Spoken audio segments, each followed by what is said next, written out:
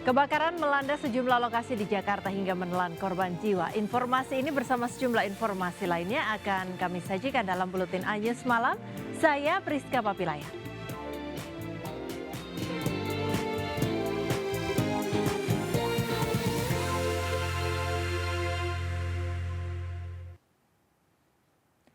Pemirsa, puluhan emak-emak rela saling sikut demi memperebutkan air bersih dari mobil tangki yang disediakan Pamjaya di Jalan Ancol Barat 1 Pademangan, Jakarta Utara pada Rabu sore.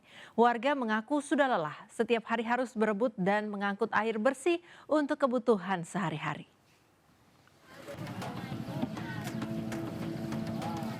Puluhan emak-emak di Jalan Ancol Barat 1 Pademangan, Jakarta Utara pada Rabu sore rela saling sikut untuk mendapatkan air bersih dari mobil tangki. Dengan membawa wadah air, warga di seluruh RT ini harus berjibaku dengan warga lainnya agar tidak kehabisan air yang disediakan Pamjaya untuk kebutuhan sehari-hari. Menurut Ernawati, sudah sejak 6 hari lalu, warga berburu air bersih karena air Pamjaya yang mengalir rumah mereka mati. Meski Pamjaya menyediakan sejumlah mobil tangki air, namun warga juga mengaku lelah jika harus terus mengangkut air dari mobil Pamjaya ke rumah mereka. Bahkan banyak warga yang akhirnya bertengkar akibat berebutan air. Seminggu yang lalu kita sudah lelah nih, ini jadi otot nih, jadi Samson gara-gara air mati. Sudah 6 hari berarti 6 hari ini ya. Tapi setiap 1 bulan sekali pasti mati air selalu. Tolong kalau itu tolong dibilangin sama orang pusat. Tolong jangan seperti kayak gini, kita bayar kan selalu bayar. Selalu kalau telat kita didenda 15.000. Gak pernah telat bayar kita. Kenapa air kok selalu mati? Begini kenapa gitu? Warga berharap Pamjaya bisa memperbaiki aliran air bersih yang mengalir ke ratusan rumah warga di Jalan Ancol Barat, Pademangan, Jakarta Utara, agar warga tidak lagi saling rebut dan mendapatkan air bersih. Dari Jakarta, Sofian Firdaus, iNews melaporkan. Gara-gara pecah ban, sebuah bus pariwisata hangus terbakar di ruas jalan tol Jakarta Timur. Sedangkan sebuah rumah di kawasan Cilandak, Jakarta Selatan terbakar, menewaskan 1 penghuni rumah.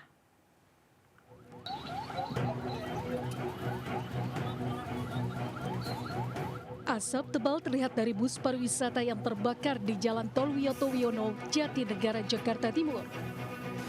Bus terbakar saat mengalami gangguan di ruas Kebon Nanas, Rawamangun.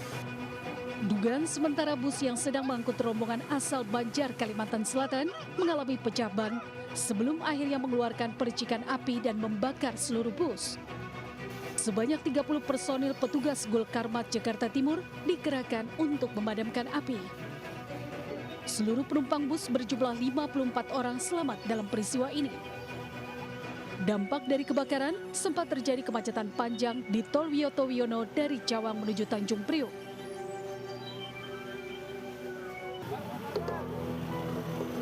Kobaran api membakar sebuah rumah di Jalan Terogong Raya Cilandak, Jakarta Selatan. Api dengan cepat menghanguskan seluruh bagian rumah. Akibat peristiwa ini, 1 orang menjadi korban tewas. Untuk penyebab kebakaran sendiri masih belum diketahui.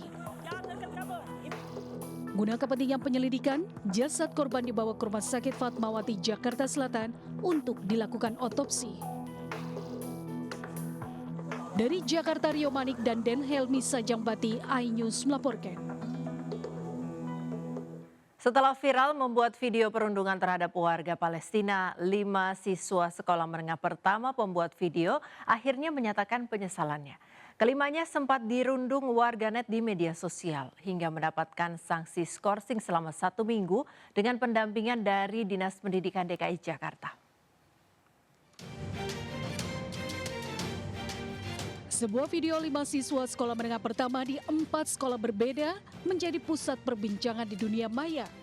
Kelima siswa diduga melakukan penghinaan terhadap warga Palestina ketika makan di salah satu restoran siap saji.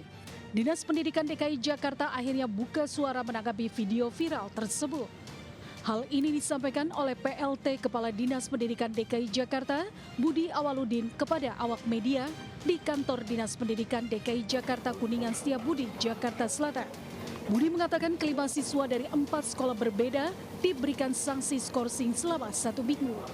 Pihaknya sudah memanggil para siswa yang ada di video tersebut, termasuk yang merekamnya untuk diklarifikasi. Untuk para siswa wajib lapor ke sekolah selama 1 minggu ya, kepada guru BK, dan selama 1 minggu akan kita lakukan pembinaan dan kepada siswa-siswa tersebut. Kasus ini setidaknya menjadi pembelajaran untuk semua orang agar lebih berhati-hati dan cermat dalam menggunakan akun media sosial. Dari Jakarta, dan Helmi Sajangbati, iNews melaporkan. Ke informasi selanjutnya, pemirsa, selain motif ekonomi, pelaku pengancaman dan pemerasan terhadap selebgram Ria Ricis mengaku nekat melakukan aksinya karena sakit hati. Pelaku merasa tidak terima diberhentikan sebagai petugas satuan pengamanan di rumah Ricis.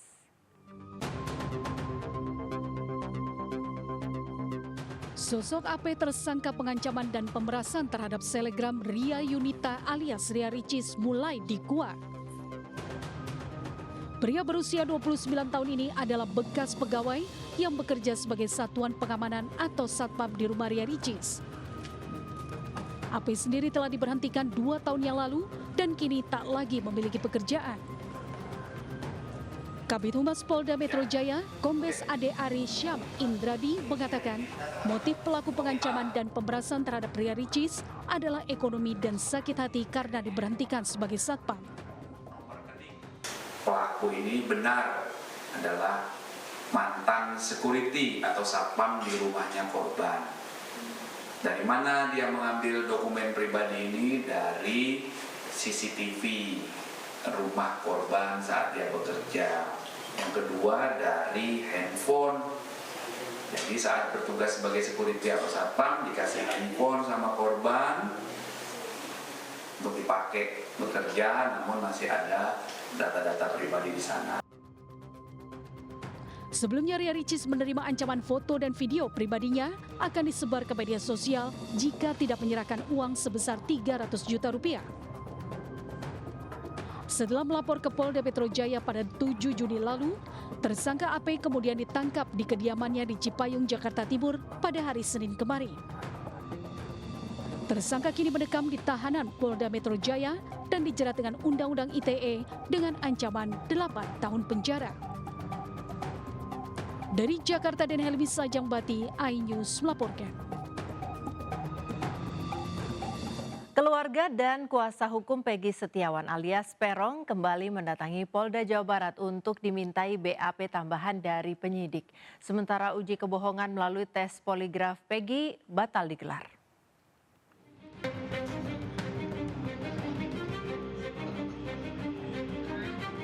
Melalui pesan singkat dari pihak penyidik, kuasa hukum tersangka Peggy Setiawan alias Peron kembali dipanggil ke Mapolda Jawa Barat untuk dimintai keterangannya dalam berita acara pemeriksaan atau BAP tambahan. Pihak kuasa hukum bersama dengan ibu, kakak, dan adik Peggy pun bertolak dari kediamannya di Cirebon menuju Bandung untuk memenuhi agenda pemeriksaan di Polda Jabar. Sementara itu, uji kebohongan melalui tes poligraf terhadap Peggy yang sejatinya digelar hari ini batal dilaksanakan. Belum ada keterangan dari penyidik kapan menjadwalkan ulang tes poligraf tersebut. Pihak penyidik ada BAP tambahan untuk klien kami, PS. Saya juga bertanya-tanya ini, ya, kenapa harus ada BAP tambahan? Karena prinsip kita kalau memang kurang pemberkasannya udah bebaskan saja. Nggak usah susah-susah gitu ya. Kemarin tes psikologi kita ikutin, oke, dites. Kemudian hari ini ada BAP tambahan. Apakah ini untuk mengkanter pra-peradilan kita atau bagaimana? Nanti saya lihat dulu hasilnya seperti apa. Kuasa hukum Peggy Setiawan kini masih menunggu persidangan gugatan pra-peradilan yang diajukan pihaknya atas kurangnya dasar penangkapan terhadap Peggy serta kurangnya alat bukti yang kuat. Dari Bandung, Jawa Barat, Yuan Pangestu, iNews melaporkan. Puluhan mahasiswa di kota Cirebon, Jawa Barat berunjuk rasa menuntut pengusutan tuntas kematian Vina dan Eki pada tahun 2016 silam. Dalam aksinya, massa meminta Kapolres Cirebon Kota agar menangkap pelaku pembunuhan yang masih berkeliaran.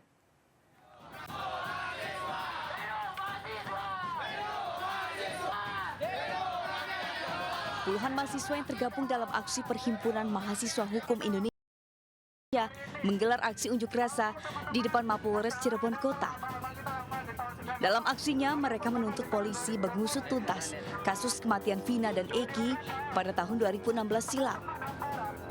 Massa menuntut mundur Kapolres jika tidak mampu mengungkap kasus kematian Vina yang masih misterius.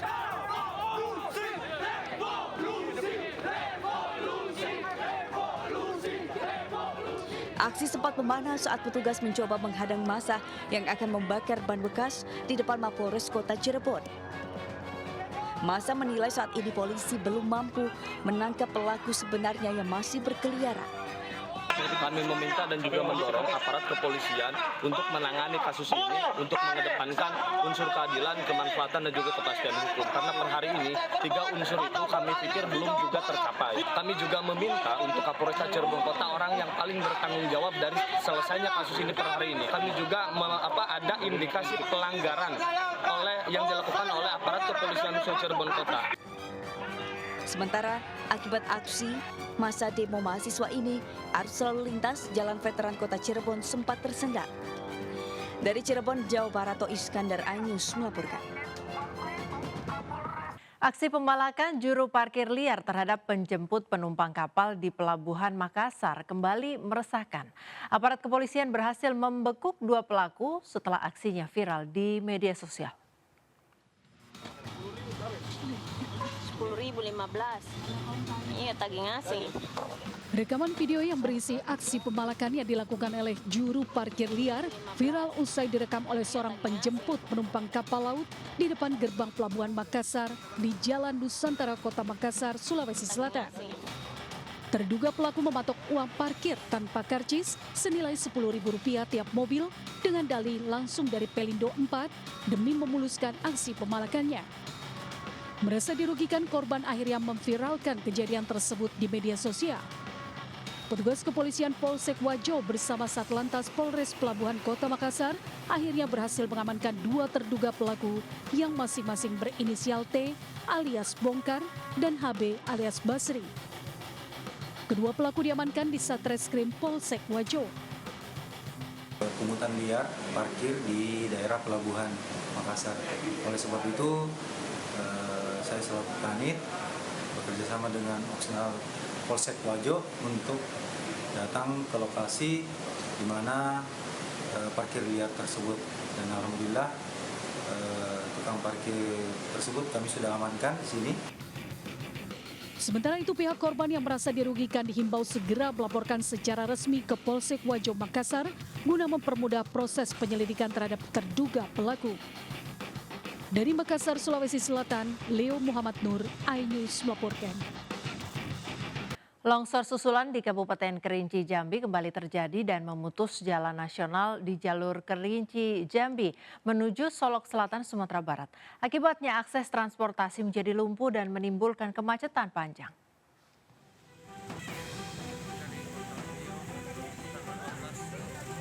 Tingginya intensitas hujan yang mengguyur wilayah Kabupaten Kerinci Jambi beberapa hari terakhir ini mengakibatkan longsor dan menutup Jalan Nasional Kerinci Jambi menuju Solok Selatan, Sumatera Barat.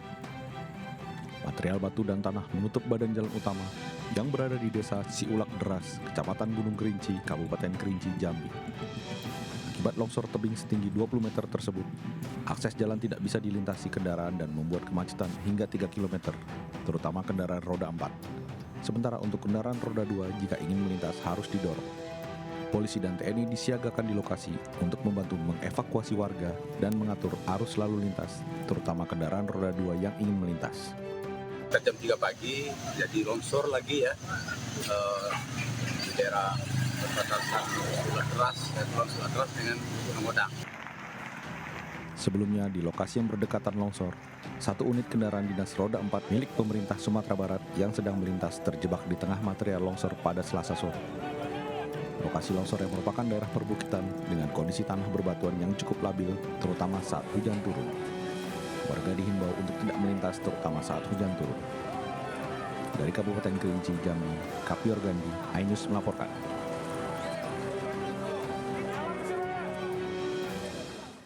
Pemirsa, mobil truk bermuatan material pasir masuk ke dalam sungai akibat jembatan roboh. Robohnya jembatan ini memutus jalan yang menghubungkan dua kecamatan, yakni Kecamatan Batang Serangan dan Kecamatan Padang Tualang di Kabupaten Langkat, Sumatera Utara.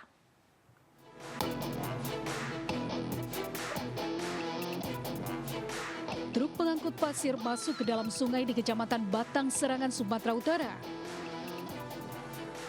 Truk masuk ke dalam sungai saat jembatan yang dilintasi tiba-tiba amblas. Sebelum peristiwa ini terjadi sudah ada larangan dari pihak terkait untuk truk yang melebihi muatan melebihi 8 ton dilarang melintasi jembatan. Namun truk tersebut masih melewati jembatan dan akhirnya truk amblas ke sungai karena jembatan sudah rusak sejak beberapa tahun. Tidak ada korban jiwa dalam peristiwa ini, namun akibatnya jalan utama penghubung dua kecamatan dan desa yang merupakan akses utama masyarakat untuk mengangkut hasil bumi terputus. Ringsek masuk ke dalam ini kenapa, Bang? Karena kan memang udah ringkih kali. Karena kan dia kalau udah kendaraan besar lewat, dia goyang. Jadi kan penahan bawah itu udah nggak ada lagi. Jadi langsung ambles ke dalam ini, Bang? Dengan kabarnya kan orang-orang setempat yang bilang. Jadi kan pas mau pulang belanja kemarin tuh udah terasa goyang. Cuman kan udah punya feeling juga. Dia bakalan jatuh ini. Betul.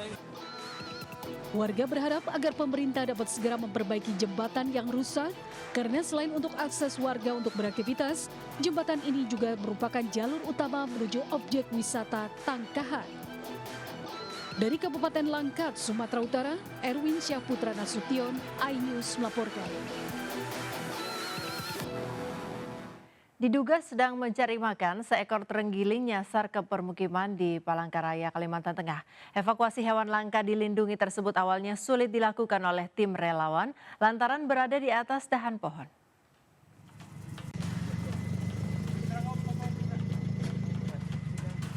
Tim relawan Putra Pahandut Palangkaraya berusaha mengevakuasi seekor terenggiling yang nyasar ke permukiman dan kabur ke atas pohon di Jalan Giobos Induk Palangkaraya, Kalimantan Tengah. Evakuasi cukup sulit dilakukan lantaran hewan yang tergolong langka dan dilindungi tersebut berada di dahan pohon. Setelah berusaha selama setengah jam dengan menggoyangkan dahan pohon, terenggiling dewasa berbobot 10 kg tersebut akhirnya jatuh dan ditangkap relawan menggunakan sarung tangan.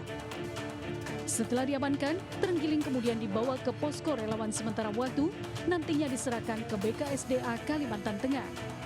Menurut petugas BKSDA, hewan bersisik tebal pemakan serangga dan semut ini bukan satwa berbahaya, dan saat ditemukan warga, terenggiling diduga sedang mencari makan.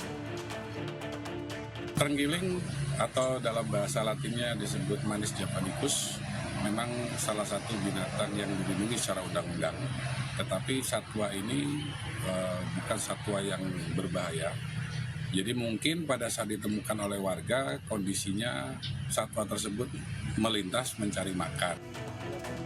Setelah dikampung di kandang transit BKSDA, terenggiling nantinya akan kembali dilepas liarkan ke kawasan hutan yang jauh dari permukiman, sehingga hewan langka dilindungi tersebut masih bisa lestari dan berkembang biak. Dari Palangkaraya, Kalimantan Tengah, Ade Sata, iNews melaporkan. Sementara itu pemirsa, 2 ekor ular piton berhasil diamankan warga di Bangkalan, Madura setelah diduga hendak memangsa hewan unggas milik warga. Salah satu ular bahkan ditemukan saat berkeliaran di dalam dapur rumah warga.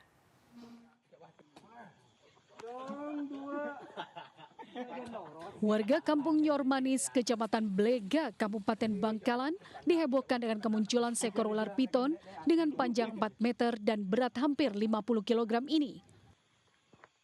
Reptil ini kemudian ditangkap beramai-ramai oleh warga dan dimasukkan ke dalam karung agar tak membahayakan. Hewan predator ini masuk ke perkampungan warga, diduga hendak memangsa unggas peliharaan warga sekitar, yaitu ayam dan bebek. Selain itu, hewan ini ditangkap warga karena khawatir membahayakan anak-anak yang kerap bermain di lokasi. Kemunculan piton juga mengagetkan warga Desa Bulu, Kecamatan Soca, Kabupaten Bangkalan. Aduh, tangi nak. Sejumlah warga berusaha menangkapnya dengan hati-hati karena takut lilitan kuat ular dengan panjang lebih dari 4 meter ini. Salah seorang warga mengaku ular awalnya berkeliaran di sekitaran dapur rumahnya dan bersembunyi di dekat tungku bakar yang terbuat dari tanah liat. Karena takut menangkapnya sendiri, kemudian dirinya meminta bantuan warga lain. Saat dicari kembali, ular tersebut ternyata sudah keluar dari dapur dan bersembunyi di antara bebatuan cadas di samping rumahnya. Kaget, ya manggil warga, terus dikeroyok sama warga, nggak bisa sama takut warga. Setelah berhasil ditangkap, ular tersebut diserahkan ke komunitas penggemar reptil di kota Bangkalan. Dari Bangkalan, Jawa Timur, Taufik Syahrawi, iNews melaporkan.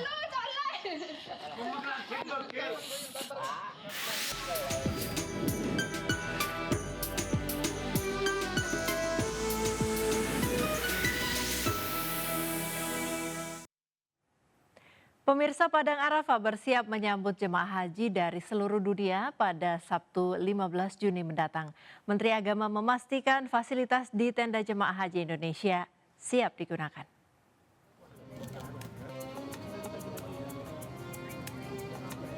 Jelang puncak haji, Menteri Agama Yakut Khalil Qomas melakukan inspeksi ke Padang Arafah, meninjau persiapan tenda jemaah haji Indonesia. Didampingi pihak Masyarik selaku penyedia layanan haji di Arafah, Musdalifah dan Mina, Menak mengecek satu persatu fasilitas yang ada di tenda. Mulai dari keran air, dapur, toilet tempat berwudu hingga stop kontak, AC dan kasur. Bahkan Gusmen sempat mencoba salah satu kasur yang ada. Tercover di tenda ini tidak lebih bagus, atap lebih menyerap panas, kemudian dindingnya juga sudah pakai HAT PVC gitu ya, dan lebih menyerap panas tentu saja, dan sudah dilengkapi dengan colokan-colokan listrik itu, ada charger magnetik itu yang tinggal ditempel udah bisa ngecas. Jadi saya kira ada banyak perubahan signifikan. Mulai tahun ini selama di Armusna, jemaah akan mendapatkan jatah sebanyak 15 kali. Di mana 6 kali diantaranya berupa makanan siap saji dengan cita rasa Nusantara seperti rendang. Selain fasilitas di tenda jemaah, Menak juga mengecek layanan kesehatan yang disediakan oleh Masyarik. Di Arafah, jemaah haji Indonesia akan menempati 73 maktab dan 1.169 tenda. Selesai di Arafah, rombongan Menak langsung mengecek kondisi di Musdalifah. Dari Mekah, Arab Saudi, Suhud Nur Fadli, iNews melaporkan.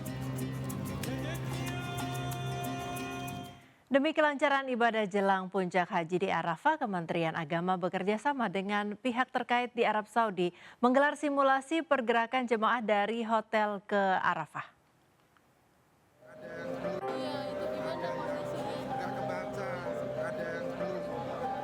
Akhir pekan ini, jutaan jemaah haji dari seluruh dunia akan melaksanakan wukuf di Arafah.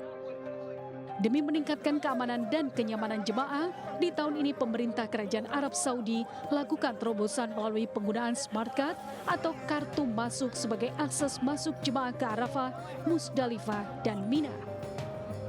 Kementerian Agama bekerja sama dengan Kementerian Haji Arab Saudi, Masyarik menggelar simulasi keberangkatan jemaah dari hotel ke Arafah.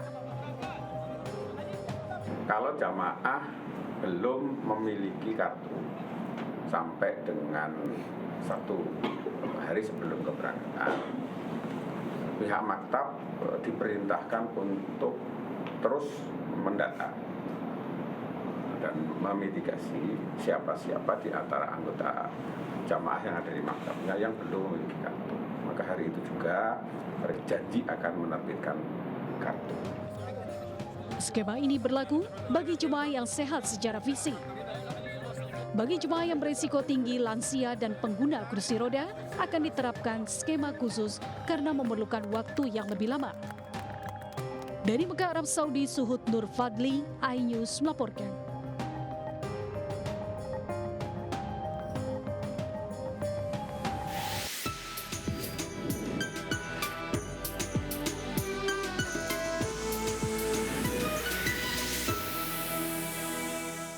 Pemirsa, selain dikenal dengan penghasil kopi terbaik, Aceh juga memiliki lokasi wisata yang asik dan unik untuk dikunjungi. Salah satunya adalah di Aceh Selatan. Air terjun tingkat 7 yang indah mempesona, memberikan ketenangan dan kesegaran berkegiatan di sana.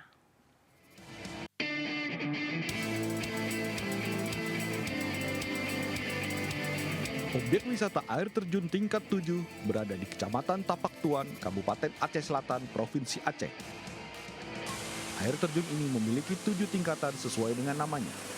Tiap tingkatan terdapat kolam yang dapat digunakan untuk berenang maupun bermain air.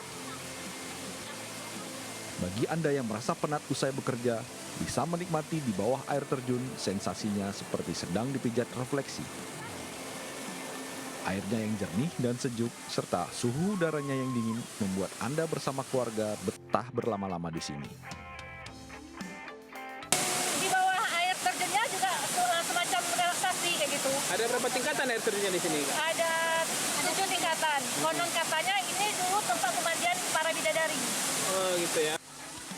Bagi Anda yang berkunjung ke objek wisata ini, tidak perlu merogoh kocek terlalu dalam. Setiap pengunjung hanya dikenakan biaya parkir untuk roda 2 Rp3.000 dan untuk roda 4 Rp5.000 dan untuk biaya masuk gratis. Dari Aceh Selatan, Provinsi Aceh, Isdar Ivan, iNews melaporkan. Pemirsa, rangkaian informasi tadi sekaligus mengakhiri perjumpaan kita hari ini. Jangan lupa Anda bisa mendapatkan informasi terkini dan terbaru melalui portal yang menghadirkan berita daerah, berita nasional, dan juga berita internasional lengkap di sindonews.com. Saya Priska Papilaya pamit undur diri. Terima kasih atas kebersamaan Anda. Selamat malam, sampai jumpa.